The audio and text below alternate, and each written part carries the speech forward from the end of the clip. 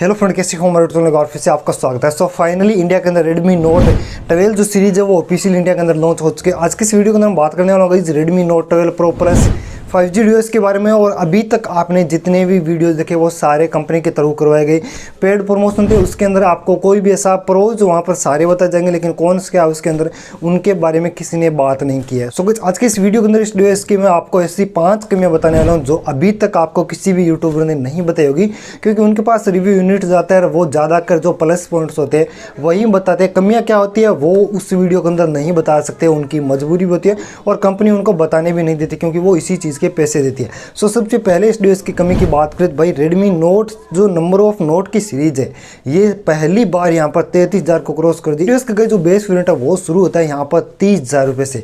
तो सबसे पहली कमी यही हो जाती है कि इस डिवाइस की भाई प्राइस है ना वो बहुत ही ज़्यादा ओवर प्राइस है। पहली बार Note 12 सीरीज 30,000 को क्रॉस करी, बहुत ही ज़्यादा, मतलब बहुत ज़्यादा प्राइस है। उसके बाद हम इस दूसरी यहाँ पर प्रॉब्लम्स की बात करें तो वो है अभी 2023 चल रहा है और जो पुराने डिवाइसेस है रेडमी हो चाहे जो गई पुराने डिवाइसेस है सैमसंग के, ओप्पो के, वीवो के, रियलमी के, वो उनको एंड्रॉयड 13 का अपडेट दे रहे और अपना लेटेस्ट यूआई प्रोवाइड करे। जैसे One UI 5 हो गया, रियलमी UI 4 हो गया, फंक्शंस OS 13 हो गया, वो चीज़ें प्रोवाइड करवा दे। लेकिन ये 2023 के अंदर भी डिवाइस लॉन्च करे और उसके अंदर भी आपको एंड्रॉयड 12 प्लस MIUI 13 का अपडेट देखने को मिलता है। तो ये इसका दूसरा यहाँ पर गाइज माइनस पॉइंट हो जाता है या दूसरी प्रॉब्लम हो जाती है। अब इससे क्या फ़र्क पड़ता है, रेडमी 30,000 के अंदर डिवाइस लॉन्च करे। सैमसंग के जो इस सीरीज में ए सीरीज के डिवाइसेस आते हैं उनको 5 साल तक आपको सिक्योरिटी पैचेज के अपडेट देखने को मिलते हैं, 3 साल तक का सिक्योरिटी एंड्रॉयड का अपडेट आपको देखने को मिलता है। लेकिन यहाँ पर क्या हो रहा है, यहाँ पर आपको 2 एंड्रॉयड के अपडेट देखने को मिलेंगे। तो भाई यार, या तो इनको एंड्रॉयड के अपडेट है जो बढ़ाना चाहिए, क्योंकि प्राइस को बढ़ा रहे तो कम से कम सिक्योरिटी को तो बढ़ाना चाहिए था, कम से कम 5 या 6 साल करने चाहिए जैसा कि सैमसंग या अदर ब्रांड करे। तो यहाँ पर ये 2 एंड्रॉयड के अपडेट देते हैं आपको।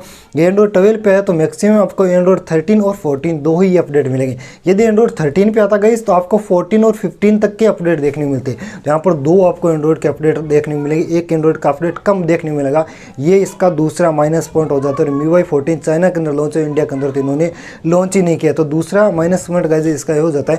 तीसरा भाई, इस रेट के अंदर आपको एक तो ना ये सबसे बड़ा इसका हाइप या प्लस पॉइंट मैं आपको बताना चाहूँगा वो 200 मेगापिक्सल का कैमरा।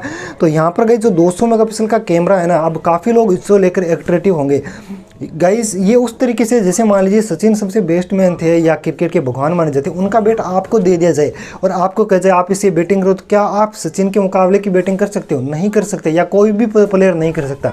अब ये एग्जांपल मैं आपको क्यों दे रहा हूँ, इसके पीछे का रीज़न ये बताता हूँ कि जो 200 मेगापिक्सल का सेंसर दिया ना, उसके पीछे जो प्रोसेसर दिया ना, उसकी प्रोसेसिंग इतनी अच्छी नहीं है कि वो 200 मेगापिक्सल जैसी फोटो क्लिक कर पाए।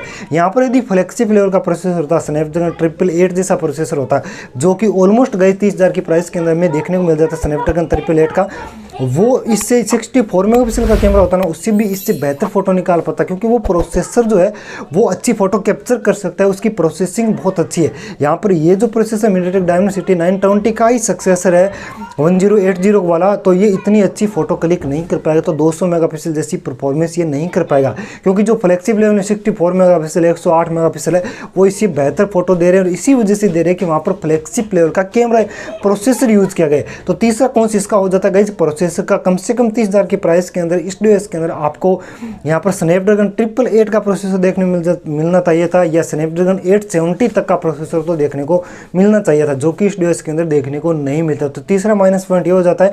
और चौथे में माइनस पॉइंट की बात करूँ तो वो यहाँ पर मुझे इसका सेल्फी कैमरा लगा। भाई 16 मेगापिक्सल का सेल्फी आपको 30,000 के अंदर दे रहे, आपने बैक में 200 मेगापिक्सल दे दिया, तो यहाँ पर कम से कम 32 मेगापिक्सल का सेल्फी कैमरा देना चाहिए था, जो कि इस डिवाइस के अंदर आपको देखने को नहीं मिलता है। यहाँ पर गाइस बात करें इसके 5वें माइनस पॉइंट्स की, तो वो शुरू होता है गाइस इसके बैक में कम से कम आपको यहाँ पर है ना ग्लास फिनिश देनी चाहिए थी, बैक में ग्लास देना चाहिए था, जो कि इस डिवाइस के अंदर हमें प्रोवाइड नहीं करवाया गया, जो कि इस प्राइस के अंदर हम एक्सपेक्ट करते हैं। उसके बाद में लास्ट एंड फाइनल ये बेसिकली छठी प्रॉब्लम हो जाती है, वो है यहाँ पर कर्व्ड स्क्रीन। भाई कर्व्ड स्क्रीन का ट्रेंड शुरू हो चुका है। रियलमी ने 25,000 के अंदर इसी सेम प्रोसेसर के साथ में कर्व्ड स्क्रीन प्रोवाइड करवाई है।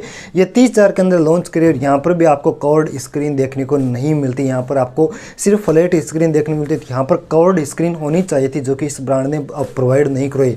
तो गाइज ये इसका ना छठा माइनस पॉइंट हो जाता है। कुल मिलाकर गाइज इसके 6 ऐसे माइनस पॉइंट है जिनको देखते हुए इस डिवाइस को बाय नहीं करना चाहिए। आप अदर ब्रांड की यदि गाइस आप अदर ब्रांड की तरफ जाओगे तो आपको बेहतर ऑप्शन अवेलेबल है, जैसे कि OnePlus का 9RT हो गया या Realme 10 Pro Plus 5G वाला डिवाइसेस हो गए, तो वो इससे बेहतर चीज़ें वहाँ पर आपको जो मिल सकती है।